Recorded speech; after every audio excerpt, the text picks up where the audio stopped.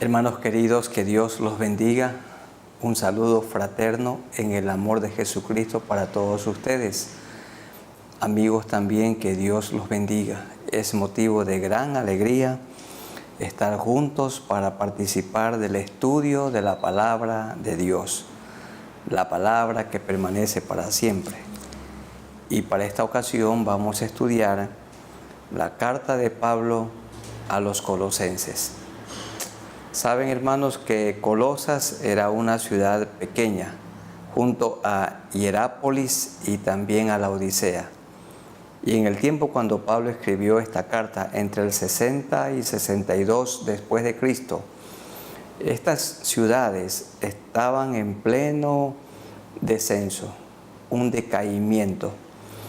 Y lamentablemente en el caso de Colosas, también en el sentido espiritual. Pablo nunca estuvo en esta iglesia, pero se preocupa por esta pequeña ciudad y por la iglesia que allí el Señor había edificado, y desde la prisión de Roma les escribe esta carta con el propósito de animarlos y también amonestarlos, porque los hermanos de Colosas habían permitido que ciertas doctrinas de error se infiltren dentro de la congregación. Doctrinas como el gnosticismo, que enseñaba que el Dios supremo de ninguna manera se hizo carne, que el Dios perfecto no se humanó, no tomó forma humana, pero sabemos que Jesucristo es totalmente Dios y también es totalmente hombre, 100% Dios, 100% hombre. El gnosticismo enseña que Jesucristo no es el Dios encarnado. Y así también en nuestros días hay doctrinas del error o de error que piensan lo mismo y enseñan este engaño, esta mentira. También estaba la iglesia infiltrada por el legalismo, el ascetismo, filosofías huecas y también el judaísmo. Entonces Pablo les escribe oportunamente esta carta para que los hermanos se animen y pongan su mirada en el Señor Jesucristo. Aquí Pablo habla de la supremacía de nuestro Señor en el capítulo 1 de manera especial. Bueno, capítulos 1 y 2 de Colosenses tiene que ver mucho con doctrina. Esto se llama la ortodoxia de la fe. Y capítulos 3 y 4 tiene que ver con la práctica de la doctrina, conocida también como la ortopraxia de la fe. Y Dios usó a Pablo para que esta iglesia hiciera los correctivos necesarios y pongan toda su fe, su esperanza, su amor en Jesucristo, el único Salvador, el Dios encarnado, Emmanuel, Dios con nosotros. Para que Él nos presida en este estudio, vamos orando un momento al Señor. Soberano Señor, gracias por este momento especial de abrir tu palabra y meditar en ella. Te rogamos que tú nos ayudes, que tu Santo Espíritu nos dirija para que hagamos la interpretación correcta, para que hagamos la aplicación correcta, la explicación correcta de la palabra que permanece para siempre. Aquí mismo en esta pequeña carta, Pablo insta a los hermanos de Colosas y a nosotros para que la palabra de Cristo abunde dentro de nuestros corazones. Por esta razón acudimos a ti para que nos presidas. En el nombre de nuestro Señor Jesucristo. Amén. Había una persona importante en Colosas y esta persona era un compañero de milicia de Pablo llamado Epafras o también Epafrodito. Y miren, se dice de él que era parte de esta congregación, Epafras. Por ejemplo, en el 4:12, os saluda Epafras, el cual es uno de vosotros, siervo de Cristo, siempre rogando encarecidamente por vosotros en sus oraciones, para que estéis firmes, perfectos y completos en todo lo que Dios quiere. Porque de él doy testimonio, de Epafras, de que tiene gran solicitud por vosotros y por los que están en la Odisea y los que están en Hierápolis. Las tres pequeñas ciudades allí en esta provincia asiática estaban juntas y Pablo se preocupaba por estas pequeñas congregaciones, no solamente por las grandes como la iglesia de Corinto, la fuerte iglesia de Éfeso. Y Pablo quería que esta carta escrita a los colosenses se lea también a los laodicenses y que la carta escrita a los laodicenses también se la lea a los colosenses. Pero esa carta no la tenemos con nosotros. Seguramente tenían los mismos problemas y no había necesidad de duplicar esfuerzo, y solamente la carta de Colosenses es la que tenemos con nosotros. Esto dice 4:16: cuando esta carta haya sido leída entre vosotros, haced que también se lea, miren, siempre leer, en la iglesia de los laodicenses, y que la de Laodicea se lea también, sea leída también entre vosotros, o que la leáis entre vosotros. Pero esa carta no la tenemos con nosotros. Seguramente tenían el mismo contenido y el Espíritu Santo de Dios así lo quiso. Esta carta a los colosenses, que escrita entre los años 60 y 62 después de Cristo, fue escrita desde la prisión en Roma. Miren, veamos Colosenses 4, el verso 3. Orando también al mismo tiempo por nosotros, para que el Señor nos abra puerta para la palabra, a fin de dar a conocer el misterio de Cristo, por el cual también estoy preso. Por causa del Evangelio, Pablo estaba detenido, encerrado allí en Roma. Dice, por causa del Evangelio estoy preso. En el 4:10, Aristarco, mi compañero de prisiones, os saluda. No estaba solo. El Señor estaba junto a Pablo, pero también compañeros fieles como este Aristarco y el mismo médico amado, esto es el doctor Lucas. Y también en 4:18, la salutación de mi propia mano de Pablo, acordaos de mis prisiones. Pablo quería que la iglesia estuviese orando por él en medio de esta tribulación, y las prisiones, como ya sabemos, no fue un impedimento para que Pablo predicara el Evangelio del Reino y para que enseñara la palabra del Señor a los nuevos creyentes. Veamos en primer lugar la oración de Pablo por los hermanos de Colosas. Pablo tenía muchas ocupaciones ministeriales, pero él dedicaba tiempo para orar por cada hermano, para orar por cada iglesia, y esto lo menciona en el capítulo 1, en los versículos 3 hasta el 14, que vamos a leer. Dice así: siempre orando por vosotros damos gracias a Dios, Padre de nuestro Señor Jesucristo, habiendo oído de vuestra fe en Cristo Jesús y del amor que tenéis a todos los santos. Entonces Pablo está alabando las cualidades que estos hermanos tenían a causa de la esperanza que os está guardada en los cielos, de la cual ya habéis oído por la palabra verdadera del Evangelio, que ha llegado hasta vosotros, así como a todo el mundo. y lleva fruto y crece también en vosotros desde el día que oísteis y conocisteis la gracia de Dios en verdad, como lo habéis aprendido de Epafras. Aquí se habla de este hermano importante que nos da a entender que era quien presidía, quien estaba al frente de esta congregación. Nuestro consiervo amado, lo llama consiervo, un pastor, que es un fiel ministro de Cristo para vosotros.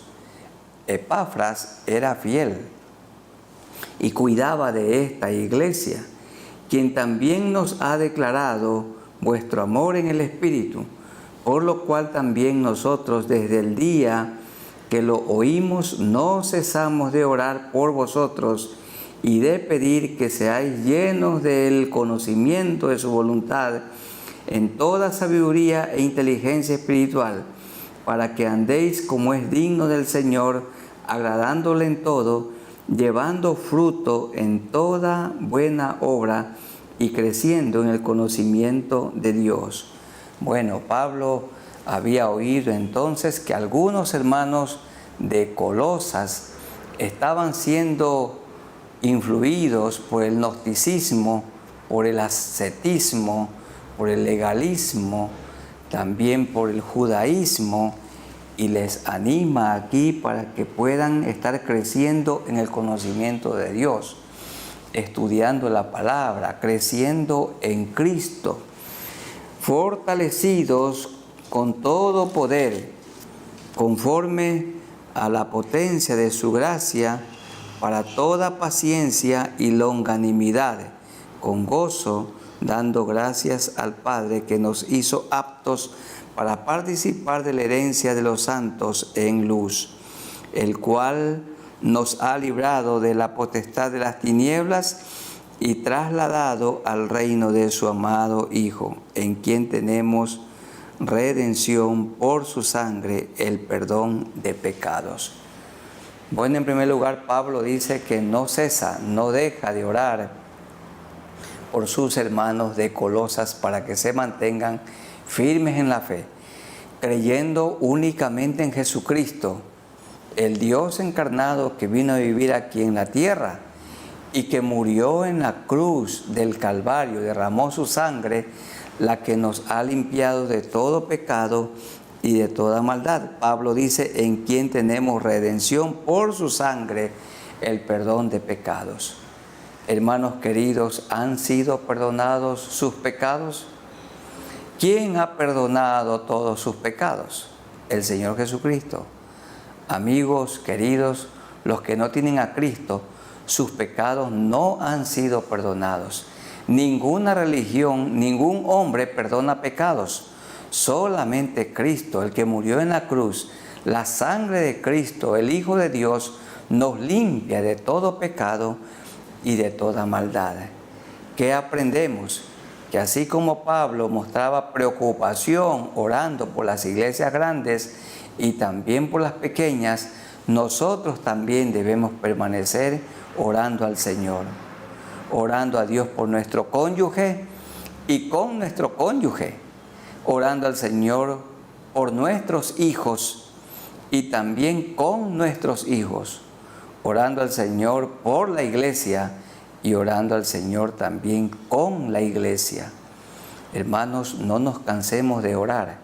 Tenemos que permanecer cada día de rodillas ante Dios para estar de pie delante de los hombres, de rodillas ante Dios para estar de pie predicando el Evangelio, de rodillas ante Dios para estar de pie enfrentando los problemas, las adversidades, de rodillas ante Dios para estar de pie enfrentando las tentaciones y venciéndolas en el nombre del Señor, porque junto a Cristo somos más que vencedores, de rodillas ante Dios para estar de pie amando aún a aquellas personas que nos odian, para estar de pie haciendo el bien que el Señor nos ha encargado, de rodillas ante el Señor para estar de pie enseñando la palabra del Señor, la vida de Cristo a los nuevos discípulos de Él. Pablo dijo, orad sin cesar. Y Jesús habló varias veces de la necesidad de orar siempre y no desmayar. Recuerdo lo que un predicador dijo: si hubiéramos orado, no hubiéramos fracasado. Hermanos, cuando hemos fracasado porque no oramos y no pedimos que otros oren por nosotros. Si alguno está enfermo, ore al Señor, que la familia ore al Señor y también pida oración. La enfermedad, los problemas, las adversidades son una razón para que el cuerpo de Cristo esté orando.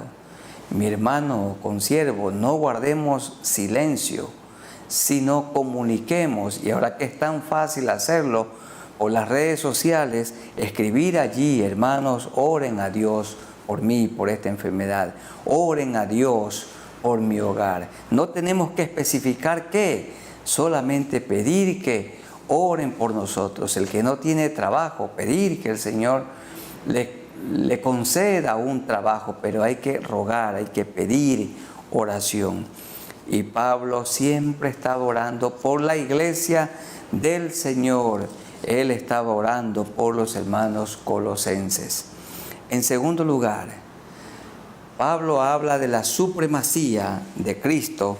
Esto está en los versículos 15 hasta el 23. Vamos a ir leyendo y explicando. Como Pablo fue informado por este hermano Epafras u otros sobre la situación de Colosas, el gnosticismo que estaba allí afectando a algunas personas, y ellos enseñaban que Jesucristo no es Dios, que de ninguna manera se encarnó, que el Dios perfecto no podía tomar forma humana. Pero sabemos que esto sí sucedió. Dios se hizo hombre, Dios se encarnó, Dios se humanó, Dios se hizo como uno de nosotros. Por esto, cuando nació en Belén de Judea, se le dijo: Él es Emmanuel, y Emmanuel es Dios con nosotros. Y Pablo dice: Él es la imagen del Dios invisible. La imagen significa la copia, idéntica, la semejanza. La imagen es de Dios, es el mismo Dios, invisible, el primogénito. Él es el alfa y el omega, el principio y el fin. Él es eterno, el primogénito de toda creación. Él es antes de la creación, pero Él no es creado. Él es creador, porque en Él, aquí hay varios pronombres personales. Varias veces se repite el pronombre personal Él, refiriéndose a Cristo. Porque en Él, en Cristo fueron creadas todas las cosas. Cristo no es criatura, Cristo es creador. Las que hay en los cielos y las que hay en la tierra, visibles e invisibles, sean tronos, sean dominios, sean principados, sean potestades, todo fue creado por medio de Él y para Él. Él hizo el sol, Él hizo el sistema solar, Él hizo los planetas, Él hizo y para Él lo hizo al planeta Tierra. Fueron creados los planetas por Él y para Él. Y en el caso del planeta Tierra, para Él. Por eso el mundo, Él vino a su mundo vino, pero su mundo no le recibió. Mas a todos los que le recibieron, a los que creen en su nombre, les dio la potestad de ser llamados hijos de Dios. Fue creado por medio de Él y para Él. Y Él es antes de todas las cosas. Verso 17, por favor. Él es el Dios preexistente. Él es eterno. Mucho más difícil es creer en la llamada evolución que creer llanamente, sencillamente en lo que Dios dice. Él lo hizo todo. Este mundo no es el producto de una evolución, es el producto de la creación, del poder creador de Dios, del supremo Dios. Imposible una evolución.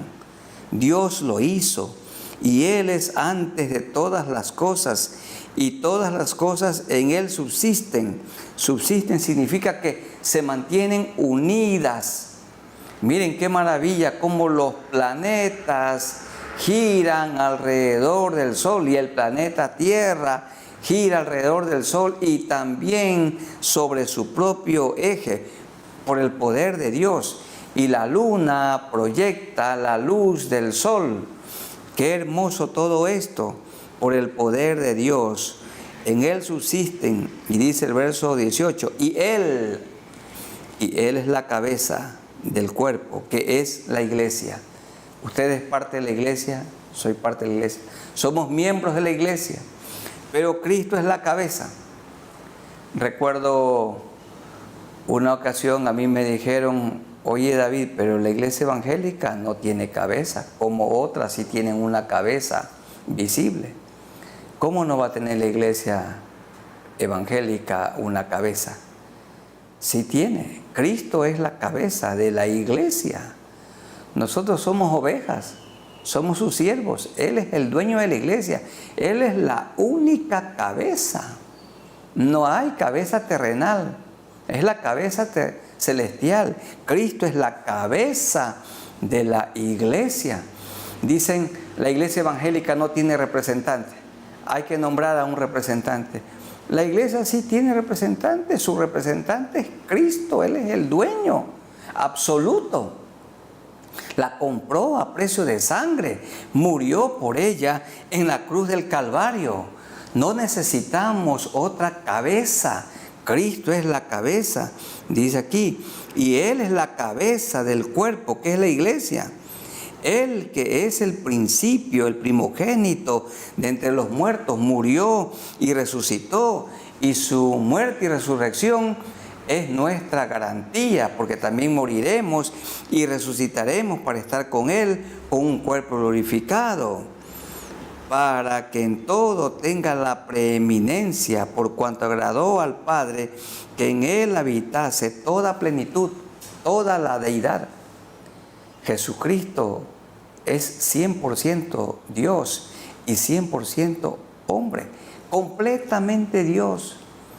Él se rebajó, se despojó posicionalmente, dejó su trono de gloria y vino a vivir en la escoria de este mundo. Esto sí, pero sin perder ninguno de sus atributos.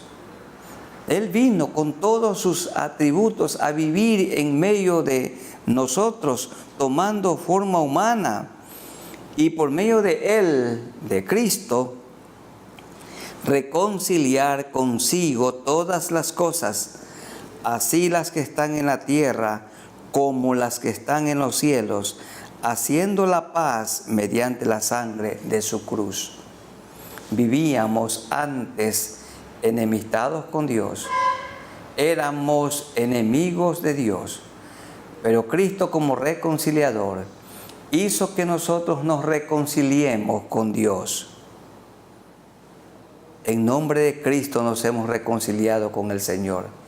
Y el Señor nos encargó, como dice Pablo en la segunda carta a los Corintios, el capítulo 5, nos encargó el ministerio de la reconciliación. Guiamos a las personas para que conozcan a Cristo. Y Cristo los reconcilia con Dios el Padre. Y cuando una persona es reconciliada con Dios, tiene paz, experimenta la paz. Cuando la pareja está distanciada, cuando tiene un conflicto, qué hermoso es cuando se reconcilia. Y cuando hay una reconciliación genuina, el corazón se llena de alegría, se llena de paz. No hay paz para las personas no reconciliadas. Imposible que un hombre tenga paz y pueda concentrarse en su trabajo si no está reconciliado con su mujer. Y es imposible que la esposa esté tranquila y en paz en su casa si no está reconciliado con su marido. Tienen que hablar, tienen que dialogar, tienen que pedirse perdón. Y cuando hay un genuino perdón, entonces la carga, la amargura es quitada y experimentan la paz que solo Cristo puede dar. ¿Puede tener paz un hijo que esté en rebelión con su padre y con su madre? No. Y puede tener paz un padre y una madre que no ha cumplido con su hijo, con su hija, cuidándola para el Señor. No va a tener paz. No hay paz en la conciencia. Pero cuando se produce la reconciliación, hay paz. Nuestros amigos no tienen paz con Dios. Su conciencia les acusa. Tienen que arrepentirse de sus pecados. Y cuando Cristo limpie sus pecados, limpie sus manchas con su sangre, cuando se reconcilie con Dios, entonces experimentará la paz que solo Cristo puede dar. Él es el príncipe de paz. Vino a esta tierra para darnos paz, haciendo la paz mediante la sangre de su cruz. Y a vosotros también, que erais en otro tiempo extraños y enemigos, esto éramos nosotros, en vuestra mente, haciendo malas obras, ahora os ha reconciliado. Por medio de Cristo nos reconcilió con Dios. Y hermanos y hermanas, no nos olvidemos, somos reconciliadores.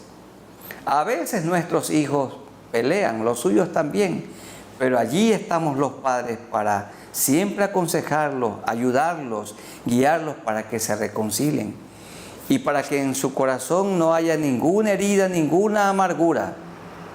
Conozco de hijos que tienen ya más de 50 años y no se relacionan bien con su otro hermano, porque los litigios que no se sanaron en el hogar han perdurado. Los padres tenemos que velar para que cuando con nuestros hijos hay algún impasse, se reconcilien. Y tenemos que estar guiando a la gente perdida para que se reconcilien con Dios, porque nos ha entregado el ministerio de la reconciliación. Ahora os ha reconciliado, verso 22, en su cuerpo de carne, por medio de la muerte, para presentaros santos y sin mancha e irreprensibles delante de Él. ¿Qué está haciendo Pablo aquí? Refutar esa doctrina de error.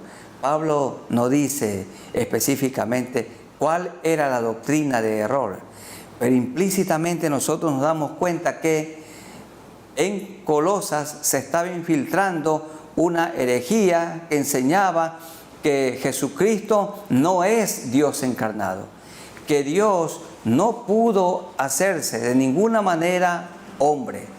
Pero ustedes y yo sabemos que Él es perfecto Dios y perfecto hombre. Dice el verso 23, si en verdad permanecéis fundados y firmes en la fe, sin moveros de la esperanza del Evangelio que habéis oído, el cual se predica en toda la creación que está debajo del cielo, del cual yo, Pablo, fui hecho ministro. Hermanos, en la fe, permanezcamos firmes en la doctrina en la que hemos creído.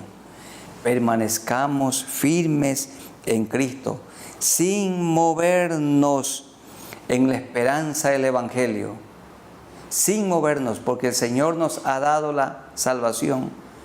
Mantengámonos firmes, creyendo que Jesucristo es el único Salvador, que Jesucristo es el Dios eterno que se hizo carne, que Jesucristo es el mismo Jehová del Antiguo Testamento que vino, que tomó forma humana entre nosotros, que Él ascendió, pero que regresó en la persona del Espíritu Santo que vive dentro de nosotros. Jesucristo es Dios, totalmente hombre. Vino a vivir entre nosotros para que nosotros sigamos su ejemplo. Una vida, como dice aquí, santa y sin mancha. Quiere que nos presentemos delante de Él, santos y sin mancha, sin movernos. Mantengámonos en Cristo, mantengámonos en la sana doctrina bíblica. También permanezcamos, hermanos queridos, en el mismo rebaño, en la misma congregación local, en la misma iglesia. Los pastores tenemos que respetar las ovejas de otros rebaños. Y los que tienen otros rebaños tienen que respetar también nuestro rebaño. Un rebaño saludable se multiplica. Queridos hermanos, tarea de la iglesia, cada pastor con su congregación o un equipo pastoral con su rebaño, es multiplicar, predicar el evangelio a otros, a la gente perdida, no procurando atraer personas que ya conocen a Cristo y que son de otras iglesias hermanas, parte también del cuerpo de Cristo. Mantengámonos firmes en la fe y sin moveros de la esperanza del evangelio que habéis oído. Que se mantengan, le dice Pablo. ¿Y por qué les amonesta y les insta a mantenerse? Porque Pablo había oído que algunos no se estaban manteniendo y que algunos habían sido movidos en la fe. Pero ustedes y yo tenemos que permanecer en la doctrina de Cristo, permanecer en Él. Y en tercer lugar, Pablo habla de su ministerio entre los gentiles. Leamos los versículos 24 hasta el 29. A Pablo se lo conoce como el apóstol a los de la incircuncisión y el apóstol Pedro a los discípulos de la circuncisión. A los de la circuncisión, Pedro, y a los de la incircuncisión, Pablo. Aunque Pablo nunca dejó de predicar también a los de la circuncisión. Dice el 24, ahora me gozo en lo que padezco por vosotros y cumplo en mi carne lo que falta de las aflicciones de Cristo por su cuerpo que es la iglesia, de la cual fui hecho ministro. La iglesia es el cuerpo de Cristo, según la administración de Dios que me fue dada para con vosotros, para que anuncie cumplidamente la palabra de Dios, el misterio que había estado oculto desde los siglos y edades, pero que ahora ha sido manifestado a sus santos. Y en el 27 se dice cuál es este misterio: a quienes Dios quiso dar a conocer las riquezas de la gloria de este misterio entre los gentiles, que es Cristo en vosotros, la esperanza de gloria. El misterio escondido era que el Evangelio de Jesucristo no solamente es para los de la circuncisión, no solamente para los judíos, el pueblo escogido, el pueblo de Israel, sino también este Evangelio bendito para el pueblo gentil. Allí estamos ustedes y yo dentro de ese pueblo.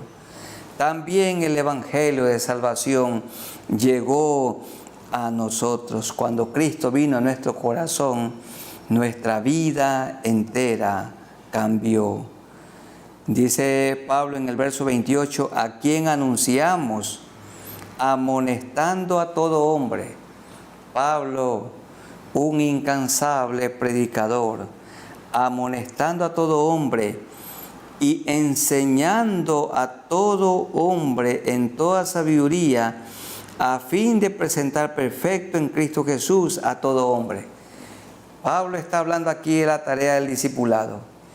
Él también lo dijo en Efesios 4, 11 y 12, bueno, hasta el verso 16, a fin de perfeccionar a los santos para la obra del ministerio. Él mismo constituyó a unos apóstoles, a otros profetas, a otros evangelistas, a otros pastores y maestros, a fin de perfeccionar a los santos para la obra del ministerio. La meta de Pablo era que Cristo sea formado en la vida de los creyentes. Y hermanos queridos, toda persona que ha sido guiada a Cristo, hay que guiarla para que ahora se alimente de la palabra de Dios, que Cristo siga siendo formado dentro de cada nuevo creyente. Anunciamos el Evangelio a todo hombre, pero también hay que enseñar el Evangelio a todo hombre.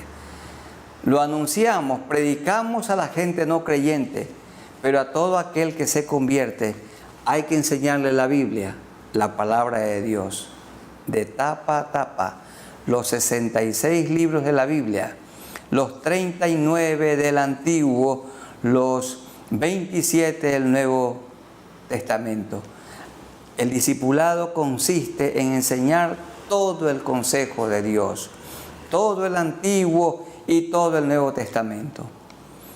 Soy parte de una congregación que va leyendo y estudiando toda la palabra del Señor, desde Génesis 1:1 hasta Apocalipsis 22:21. Una vez leer el Antiguo Testamento y 2 veces el Nuevo Testamento. Una vez el Nuevo Testamento y 2 veces el Nuevo Testamento. Leyendo la palabra del Señor que permanece para siempre. Esta es la tarea del discipulado. Enseñando a todo hombre en toda sabiduría, a fin de presentar perfecto en Cristo Jesús a todo hombre. Perfecto aquí es cabal, con madurez espiritual. Los nuevos creyentes está bien que tomen leche espiritual, pero ya los creyentes, conforme van creciendo, así como un niño, aprenden a comer un alimento sólido. Y también los creyentes deben de ir aprendiendo a comer la doctrina sólida y no solamente la leche espiritual no adulterada. Por esto Pablo dice en 3:16, Colosenses 3:16, la palabra de Cristo more en abundancia en vosotros, enseñándoos y exhortándoos unos a otros en toda sabiduría, cantando con gracia en vuestros corazones al Señor, con salmos e himnos y cánticos espirituales. Aquí tenemos, hermanos queridos, la idea de un grupo pequeño. Están estudiando la palabra del Señor, enseñándoos y exhortándoos unos a otros en toda sabiduría. Un ambiente preciso y precioso para el discipulado es el grupo pequeño. Entonces, su tarea, mi hermano, y mi tarea es anunciar el Evangelio a todo hombre, a toda mujer y a todo convertido, enseñarle la Biblia, el mejor manual, el único manual. Y gracias a Dios por los manuales que escriben tantos hermanos a quienes Dios les ha dado sabiduría. Pero cuidado, vamos a dejar a un lado la palabra del Señor y vamos a estudiar el manual. O como en algunas iglesias, la Biblia está en la parte de abajo y el manual que están estudiando está encima y la Biblia está allí tapada, aplastada. Bueno, la palabra del Señor hay que leerla, interpretarla con la guía del Espíritu Santo de Dios, aplicarla, predicarla a los no creyentes y enseñarla a los nuevos creyentes. Dice 2:1, porque quiero que sepáis cuán gran lucha sostengo por vosotros y por los que están en la Odisea y por todos los que nunca han visto mi rostro. Los hermanos de Colosas no habían visto el rostro de Pablo, para que sean consolados sus corazones, unidos en amor, hasta alcanzar todas las riquezas de pleno entendimiento, a fin de conocer el misterio de Dios el Padre y de Cristo, en quien están escondidos todos los tesoros de la sabiduría y del conocimiento. Claro que sí, mientras más estudiamos su palabra, más conocemos a Cristo. Hay un himno que dice, quiero de Cristo más saber. Y mientras más sabemos de Cristo, mientras más estudiamos a Cristo, mientras más indagamos y lo imitamos, más nos parecemos a Él, para presentar perfecto a todo hombre delante de Cristo, en quien están escondidos todos los tesoros, dice. Y esto lo digo para que nadie os engañe con palabras persuasivas. Ahí está hablando de los gnósticos y de los maestros del error. Porque aunque estoy ausente en cuerpo, no obstante en espíritu estoy con vosotros, gozándome y mirando vuestro buen orden y la firmeza de vuestra fe en Cristo. Por tanto, de la manera que habéis recibido al Señor Jesucristo, andad en Él, arraigados y solidificados en Él, y confirmados en la fe, así como habéis sido enseñados, abundando en acciones de gracias. Es interesante esta palabra, arraigados. Tiene la idea de un árbol. El árbol, mientras más grande y más alto, sus raíces son más profundas. Como la palmera, mientras más alta, sigue produciendo fruto y sus raíces son cada vez más profundas. Y el Señor quiere que así como un árbol está arraigado, bien enraizado en la tierra, nosotros estemos bien arraigados en su palabra. Y entonces el que está bien arraigado, bien enraizado en la palabra, allí permanece inamovible. Hay algunas personas que tienen bastante interés por estudiar las doctrinas de error. Y bueno, nosotros, un buen maestro nos enseñaba en el seminario que es mejor dedicarnos a estudiar la buena doctrina. Y si conocemos bien la Biblia, estamos capacitados para refutar cualquier doctrina de error. Tenemos que aprender bien la palabra del Señor y entonces con mansedumbre presentar defensa. Estas personas gnósticas, los ascetas, los legalistas, los del judaísmo, estaban tratando de dañar esta buena congregación. La herejía es muy sutil, se va introduciendo, minando, socavando poco a poco. Y Pablo les dice, no, de ninguna manera, manténganse firmes en la fe en Cristo.